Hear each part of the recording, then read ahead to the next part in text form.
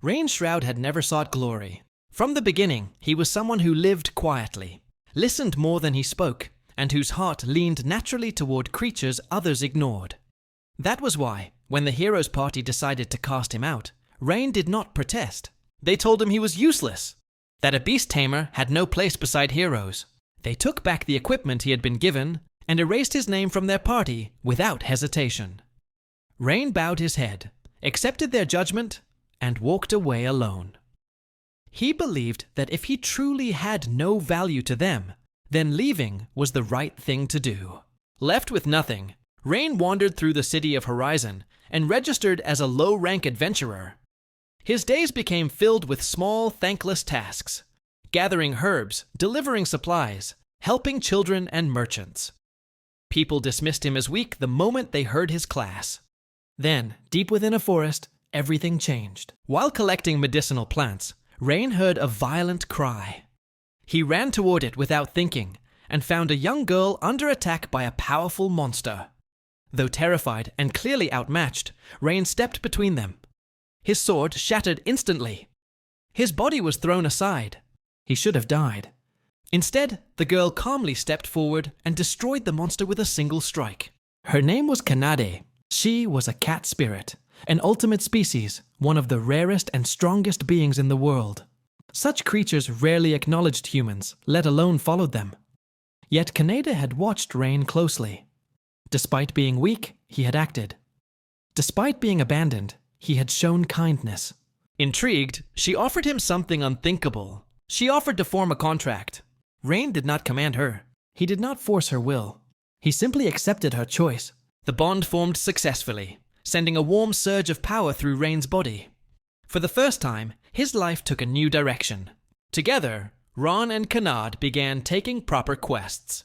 Bandits underestimated them and were swiftly defeated. Monsters retreated. Kanade learned that Ron treated her not as a weapon, but as a partner. Slowly, trust formed between them. It soon became clear that Rain was no ordinary beast tamer.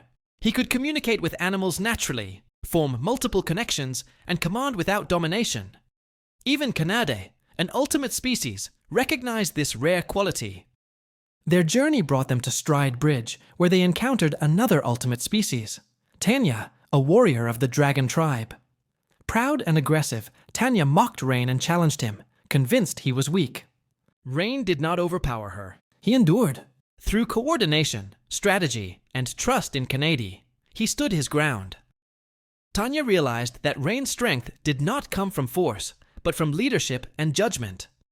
Impressed, she chose to join him. With two ultimate species at his side, Rain's presence began to draw attention across the land. As they traveled together, Rain eventually opened up about his past. He spoke of being orphaned, of growing up alone, and of finding comfort only in animals who never judged or abandoned him. Becoming a beast tamer had never been about power. It was about protecting the vulnerable. Kanade burned with anger at the injustice he had endured. Tanya felt deep respect for his quiet strength. Elsewhere, the hero who had cast Rain aside began to suffer. Without Rain, his party struggled. Supplies went missing. Coordination collapsed. Slowly, he realized the truth he had refused to face. When the two groups met again, tension filled the air. The hero demanded Rain return, offering no apology. Rain listened calmly and refused. He had found companions who valued him. The confrontation that followed exposed everything. Rain's group fought with unity and trust, overwhelming those who relied only on pride. When it ended, Rain stood firm, not as someone seeking revenge, but as someone who had chosen his own path.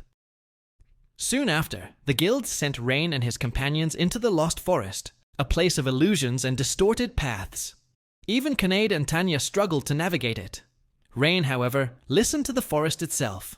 Deep within, they encountered a fairy named Sora, desperately searching for her captured twin sister, Luna. Without hesitation, Rain chose to help. The battle to rescue Luna was fierce, but victory came through teamwork rather than brute force. When the sisters were reunited, they looked at Rain with gratitude and awe. At the edge of the forest, the sisters made a life-changing decision. They chose to follow Rain, not out of obligation, but belief. Their bond formed gently, as though it had always been meant to exist. Back in Horizon, Tanya insisted Rain finally receive a proper weapon. A dwarven blacksmith agreed to forge one, but only if rare mithril could be obtained. This led the group to a cursed mine and a haunted mansion. The guild reports a terrifying threat, a rogue beast tamer terrorizing villages. Unlike Rain, this man uses whips, fear, and magic seals to control monsters. Entire towns are destroyed. Rain feels disturbed. If that's what people think beast tamers are like, the group tracks the rogue tamer and confronts him in a ruined settlement. The man mocks Rain's kindness, calling it weakness. Beasts exist to obey, that's their purpose. The battle is brutal. The rogue commands mutated creatures, twisted by pain and forced loyalty. Rain's heart aches as he senses their suffering.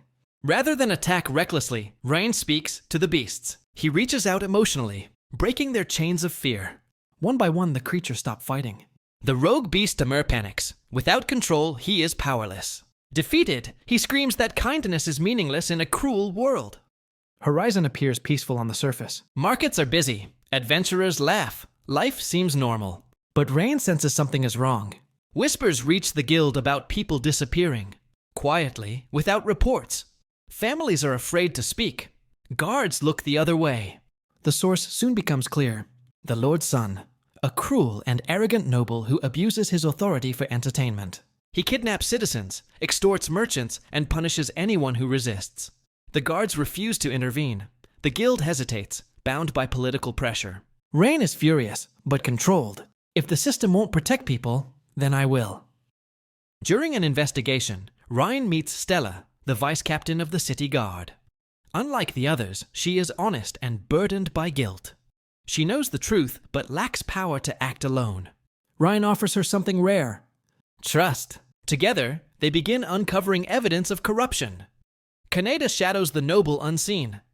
Tanya intimidates informants into talking. Sora and Luna gather information silently. For the first time, Horizon's corruption begins to crack. As Rain closes in, resistance grows. The noble's actions are not random. He is being influenced by dark magic. An ancient artifact feeds on resentment and fear, amplifying cruelty. At the same time, Arios the hero returns to Horizon. He sees Rain being praised, admired, trusted. Everything Arios believes should belong to him. Meanwhile, the artifact's power spirals out of control. Something ancient begins to awaken beneath the city. The artifact shatters. From the darkness below Horizon rises an ancient demon, sealed centuries ago. Its presence warps the land. Fear floods the streets. Chaos erupts. Kaneda becomes a blur of claws and speed, tearing through lesser demons. Tanya unleashes her full draconic power, shaking the battlefield. The fairy sisters support civilians, healing and shielding them. But the demon is too strong. Rain steps forward, not as a commander, but as a protector. For the first time, he fully accepts his role. He does not try to dominate the demon. He connects to everything. Every bond he has formed strengthens him. Every creature that trusts him lends power willingly. The demon strikes. Rain stands firm. I won't abandon anyone. Through unity, strategy, and trust, the demon is finally sealed. Not by hatred, but by overwhelming cooperation. Arios watches, defeated. Not physically, but spiritually. Horizon survives. The noble is arrested. Corruption is exposed. Stella is promoted. The city begins to heal. Rain is offered titles, rewards, and authority. He refuses most of them. What he wants is simple: a home. In the final moments of the season, Rain and his companions, Kaneda, Tanya, Sora, Luna, Tina, stand before a quiet house on the edge of the city. It's nothing grand, but it's theirs. Kaneda smiles. Tanya laughs. The fairies fly freely. Rain looks at them and realizes something profound. He was never weak. He was simply waiting for people who would walk beside him. The season ends not with triumph, but with peace, and the promise of new adventures ahead.